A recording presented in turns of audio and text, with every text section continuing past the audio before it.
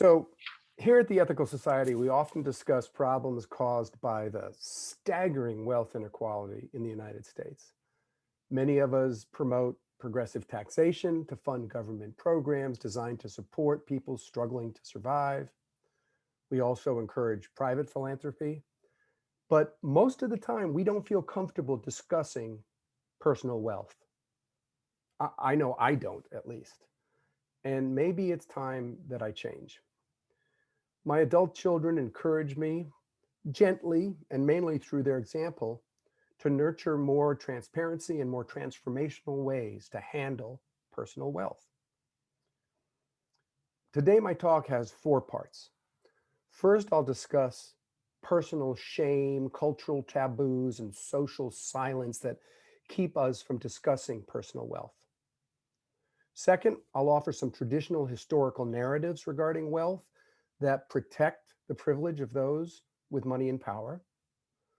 Third, I'll offer some alternative narratives to help us rethink the history of wealth creation. And fourth, I'll discuss some organizations, especially some led by younger adults, that promote personal relationships as ways to overcome shame and build justice. I hope you explore these groups online. You can email me. I'll put it in the chat during our conversation, their names. Explore them and see whether they help you live closer to the ethical culture values that we proclaim, for example. But before I go on, a couple of caveats. First, I admit I am still mired in old frameworks, including an attachment to financial privacy. So I won't be offering any big reveals here today. Second, I know many of you don't consider yourself wealthy. Maybe you live paycheck to paycheck or are retired on a modest fixed income. But my talk is not just for those with extensive financial resources. Rethinking wealth in America is a conversation for all of us. And I hope that this offers a way to rethink that is constructive. So let's start with taboos and silence surrounding wealth. My parents never gave me the talk. I don't mean the sex ed talk, though they didn't give me that either. I never got the money talk. I was never told about our family's financial resources, where they came from, and how to handle them. I was never told the financial facts of life. I was also raised in a shaming culture. I was taught that speaking about personal wealth is unseemly, inappropriate. You just don't do it. You don't open your financial records, they're personal. Growing up in New England, the culture there was that financial records were like private parts. You don't show them in public. I also thought that those who spoke about their wealth were egotistical and boastful. So it wasn't until after my father died that I began to learn very much about the financial resources I would eventually inherit. And I remember at 25 years old, after my dad's funeral, sitting in my living room with my mother in a family meeting, talking to a financial advisor. And clearly, the money taboo had kept me ignorant because the advisor spoke a foreign language I didn't understand. I'm not alone in my ignorance. Only 17% of parents with an income of $100,000 a year have told or even plan to tell their children about their net worth. 34% of cohabiting couples, according to a recent survey, cannot correctly estimate how much money their partner makes. And generally, people are more comfortable talking with friends about marital discord, mental health, addiction, race, sex, and politics than about money. Rachel Sherman documents this in her 2017 book, Uneasy Street: The Anxieties of Affluence. In interviews with wealthy New Yorkers, people said that they, quote, kept financial details private to spare friends or children from feeling bad. To be clear, in some ways, Americans are constantly alluding to wealth or the lack of it when discussing things like where people live or what schools they attend or what vacations they take.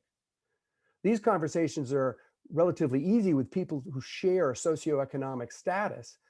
It's only when inequality and difference in power arise that folks with resources get embarrassed. Those with privilege often avoid direct, open conversations. Caitlin Zaluma, an anthropologist, wrote in a book entitled Indebted that those with fewer resources are more comfortable speaking about finances. One sociologist, Jennifer Silvers, spoke with families in the coal producing region of Pennsylvania, and they readily disclosed specifics about their income, rent, or expenditures. They weren't ashamed, and they would say, I'm an open book. And some speculate that this was particularly true when union membership was higher, because labor activism turns wages into public policy, open for discussion. Joe Pinsker of The Atlantic puts it this way: once it was collective bargaining, it's not personal. Some others have suggested that given the link between race and certain social group, that money talk is approached differently, especially in different racial groups. Frederick Wheely, a sociologist at Princeton, wrote that since Black households have statistically 1/10 wealth of white households, they may not have the same hangouts about discussing money, where he conjectures that, quote, it's hard to have a taboo around something that hardly exists for you. Silence and social taboos serve those with resources in two ways. Silence and taboos keep them from feeling uncomfortable. And second, inhibiting candid conversation about wealth inequality helps maintain the status quo. Jeffrey Winters of Northwestern University explained, quote, the bubbles of denial that people operate within are sustained by taboos on talking about money, which in turn helps sustain the unequal society itself. Shame and the silence that reinforces it maintains privilege. Now, of course, it's more complicated than I can explain today. In Pinsker's article, Why So Many Americans Don't Talk About Money, he points out that there is not one taboo, but several, varying by class, profession, and circumstance. And the overlapping nature of these taboos make it difficult to articulate which factors are more universal and which are more specific to each person's life. But it's pretty clear that silence about financial power is baked into our national self-image. Pinsker writes, quote, Americans love to talk about how Americans hate to talk about money.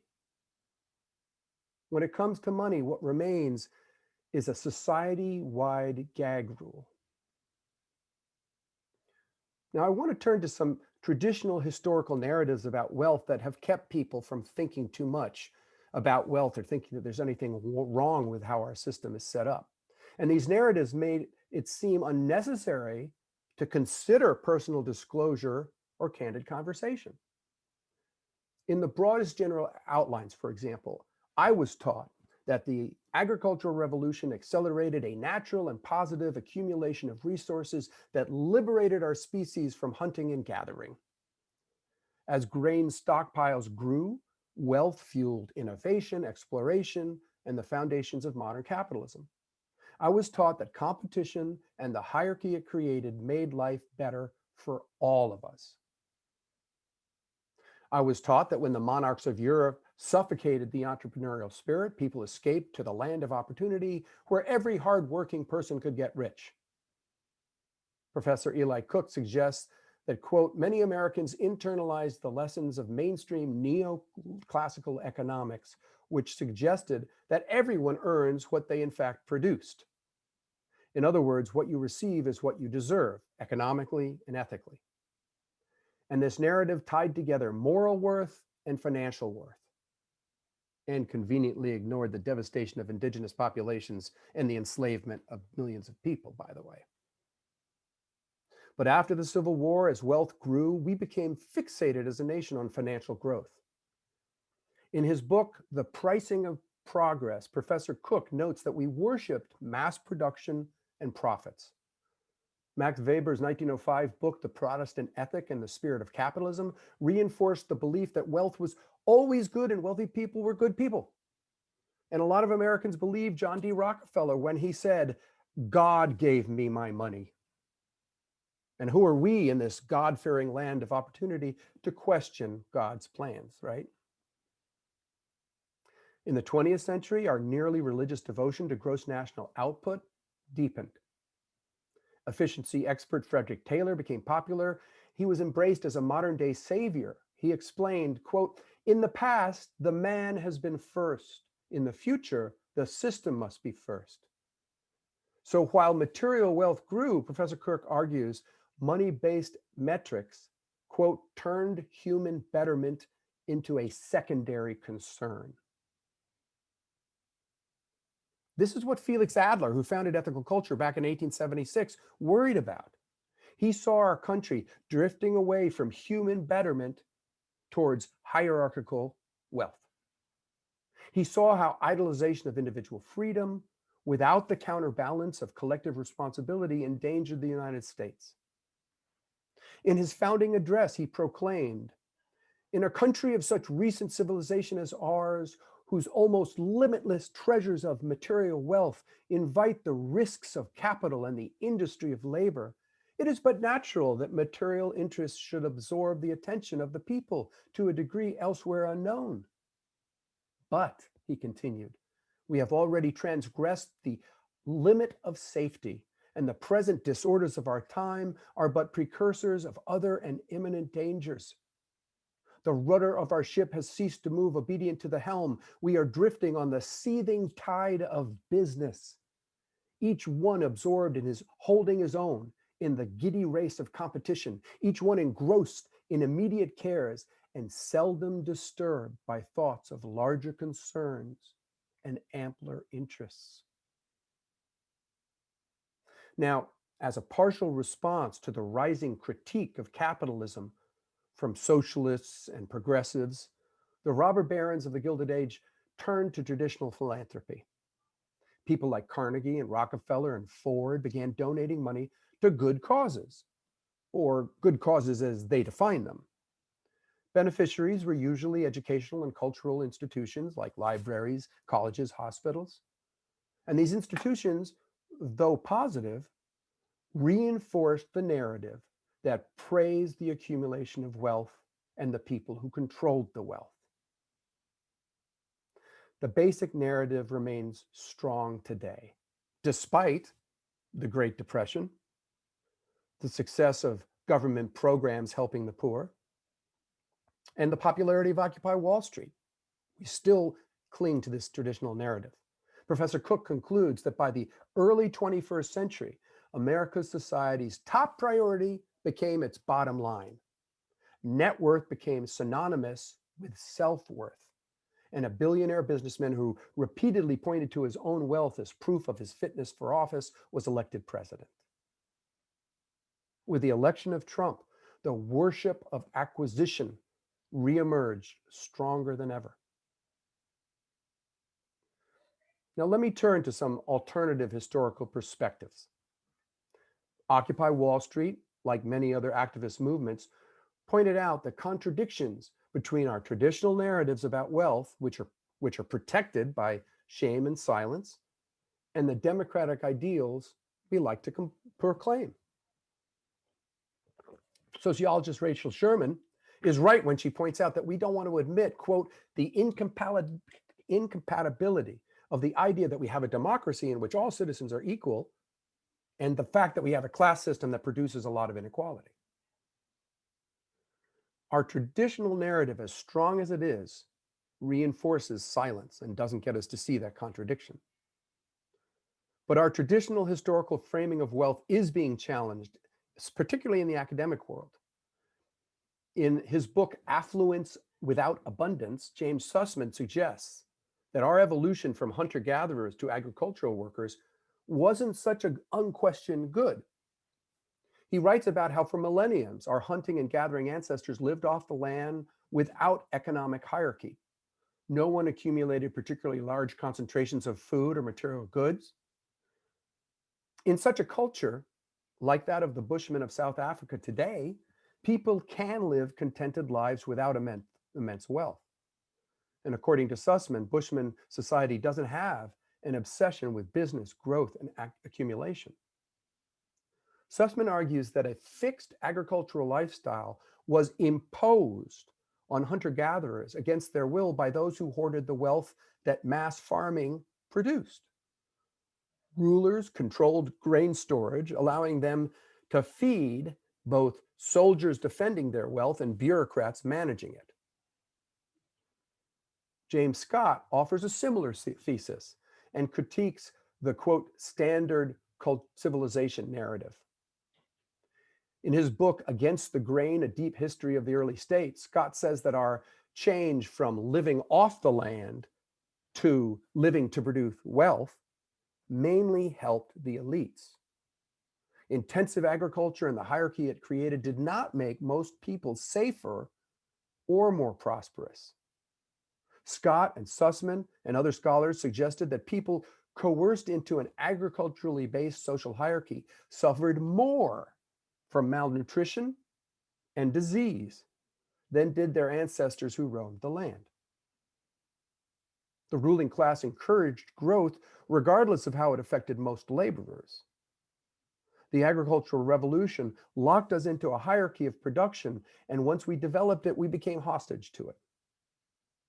Sussman concludes, this has shaped a huge amount of the economic and intellectual architecture of modern culture. We're still obsessed with growing even when there's not much room left to grow in.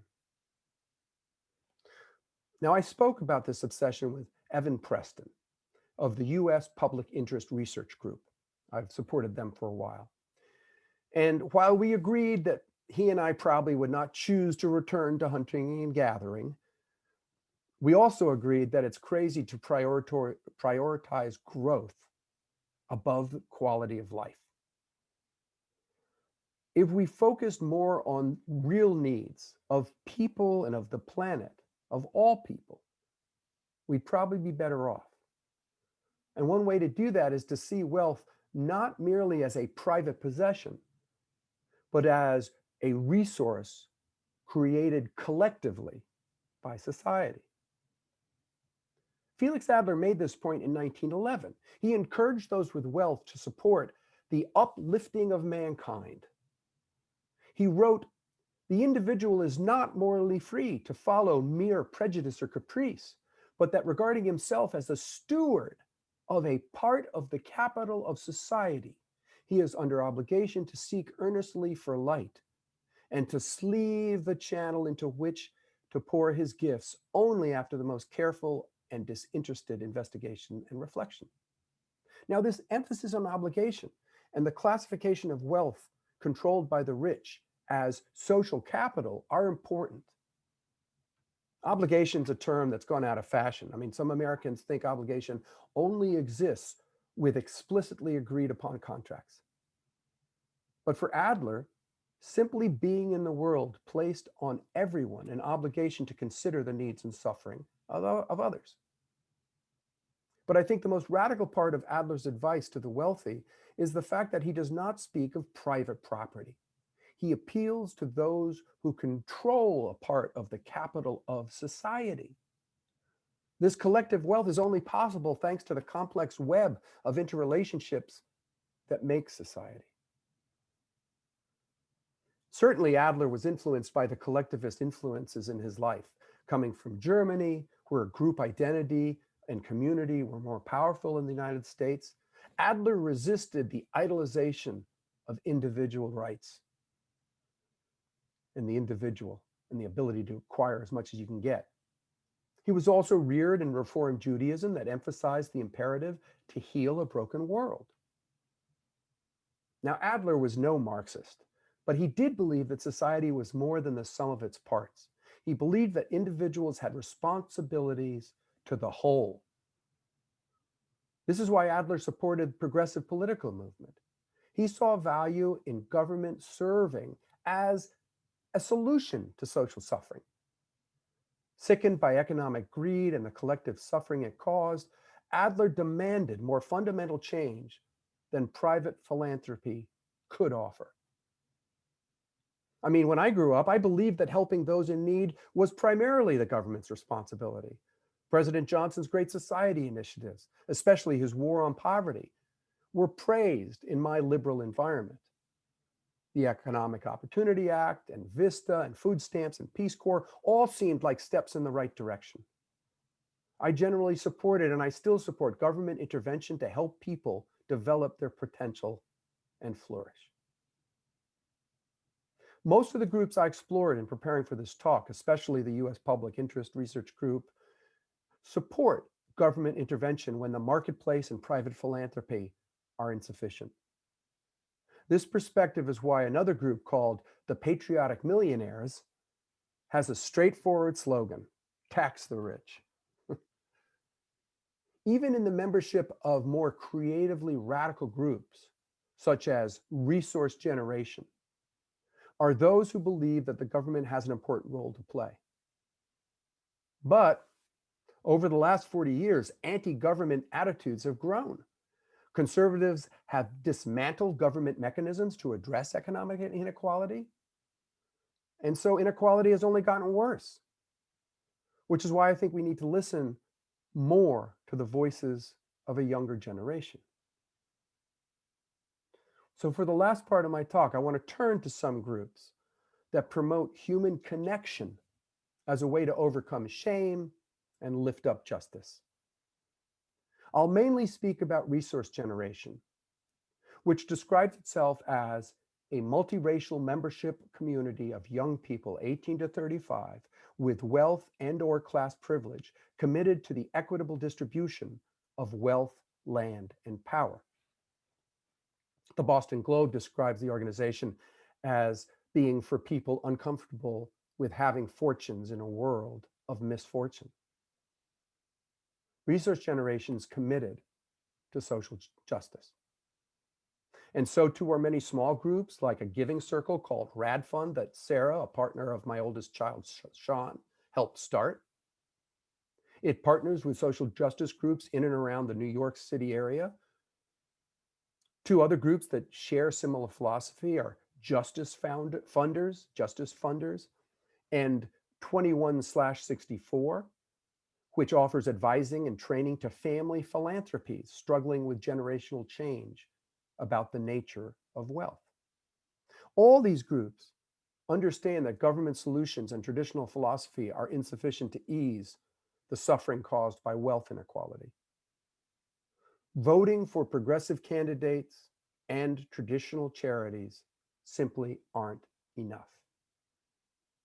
In addition, these groups value meaningful social connection to create social justice. Social connection is something harder to find these days. Over the past half century, there are fewer and fewer opportunities for real community. Groups like Rad Fund and Resource Generation emphasize that these issues are related. Only by reweaving healthy relationships and strengthening social connection can we really revision and create a better and more just world. Mario Lugue, Senior Innovation Director at Justice Funders, says we need more personal connections between those with resources and those without. It sort of reminds me of the expression, the personal is the political. It's not enough to push for social change through politics. We need interpersonal connections to build egalitarian and democratic communities. John Dewey said the same thing a century ago. He explained that until democratic relationships are created at all levels of society, democracy on the national scale will be anemic. Only when democracy and habits of democracy are practiced at home, school, and work can they flourish on a grand scale. That's the central thesis of Adrienne Marie Brown's book, Emergent Strategy. She makes the case that how we are at the small scale is how we are at the large scale. What we practice at the small scale sets patterns for the whole system. And it's through person-to-person connection that healthy communities grow. Which brings me to my conversation with Nora Lucchesi, the High Net Wealth and Family Philanthropy Coordinator for Resource Generation. In preparing for this talk, I called her and I dove into question, and she hit pause and asked if I'd be willing to participate in a resource generation practice, which was to begin conversations by sharing a bit of our personal wealth story. She wanted to attack that money taboo right from the start as a way to get to know me. And I was somewhat intrigued by the fact of how easy it was to share with Nora what I knew and what I didn't know about personal wealth. This is not something I share with many people, still wed as I am to financial privacy. Even my own children haven't received sufficient information about the history and nature of wealth in our family. People who get involved in resource generation have different experiences regarding this storytelling. Some find it difficult or guilt inducing, some find it immediately liberating. Most, Nora tells me, find that storytelling and the behavioral changes it brings are part of a lifelong journey. But she also pointed out that those who tell their story tend not only to give away more of their money, but they also feel greater connection and meaning in their lives. That is the power of community. It's why at the Ethical Society we gather regularly together. Done right, community helps bring out our best. Building strong relationships takes commitment and compassion, as those in resource generation know well. The storytelling, dialogue, and mutual support necessary to break the taboo of financial silence takes time. Appreciating how mired we all are in traditional narratives and shame is why resource generation doesn't use guilt tactics to encourage giving. The same goes for justice funders, which says that shaming and blaming is the fastest way to shut down both a person and a process. They cite recent research in neuroscience indicating that shame and blame are counterproductive. In fact, shame and blame help create and maintain inequality and oppression. Rather than calling out others, these new groups prefer to call them in. RadFund declares its commitment to, quote, creating spaces where you can give away money with friends in a way that can deepen your friendships and contribute to your community. They continue, we believe that by giving together, we encourage each other to give more and give more thoughtfully. The relationship building necessary for a radically new approach cannot stop at the boundaries of the community of givers. It must continue outward to connect with those donating resources to those receiving the resources. So RadFund, for example, strives to build, quote, a different kind of relationship with those we fund. This includes having fun together, learning about each other, inviting each other to dance parties and events. In short, being in community together. That's very different from traditional top-down relationships long associated with traditional philanthropy. To create a new type of giving, Justice Funders points out that we must become comfortable with navigating through conflict collectively. Dialogue about wealth reveals tensions covered up by silence and myths. Candid conversations about the structures of power that maintain social and economic inequality demand patience, courage, time, and compassion. So I urge you to explore these ideas openly with compassion for others, but also for yourself. Clearly, we have to get better at managing differences in order to build social solidarity.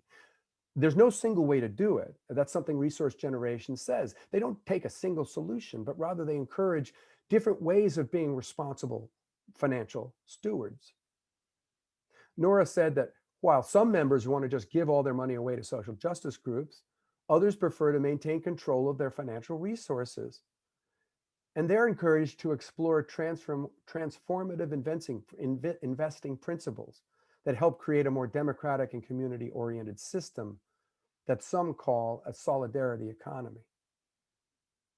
In many ways, Felix Adler was trying to do the same. He wanted to honor the worth of individuals and build social justice through ethical relationships. I believe he would have embraced resource generation's vision of a world in which all communities are powerful, healthy, and living in alignment with a planet, a world that is racially and economically just, in which wealth, land, and power are shared. That's their vision statement. Now, on May 30th, I'm going to speak more about creating community in a world of difference. There's such rancor, such division in our society now. A new generation of social justice citizens offer powerful alternatives. In the aftermath of the upheaval caused by the death of George Floyd and others that scar and pain us, these young leaders know that silence about wealth contributes to systemic racism. As explained in a Justice Funders article, the modern field of institutional philanthropy was made possible by and is deeply rooted in our extractive economic system. So it's no surprise that white supremacy and anti-Blackness are baked into the practices of our field. Given this reality, the task at hand can feel daunting at best. How do we transform this confusing and contradictory field of philanthropy to be one that truly embodies and supports justice? Good answers to this question require honest conversation. We need to learn how multiple forms of oppression intersect. We need to nurture cooperative and supportive relationships, not blaming and guilt. People of means must step forward courageously to engage the real dialogue necessary to build relations of trust. Because without the faith that we can collectively and creatively reframe the narratives about money and power, positive change will remain elusive. Resource Generation declares abundance is possible when we throw our hearts, minds, and resources into co-creating a solidarity economy. Lifelong activist Grace Lee Boggs put it this way: people are aware that they cannot continue in the same old way, but are immobilized because they cannot imagine an alternative. These new groups like Resource Generation, RadFund, and others offer us an alternative vision. Thank you.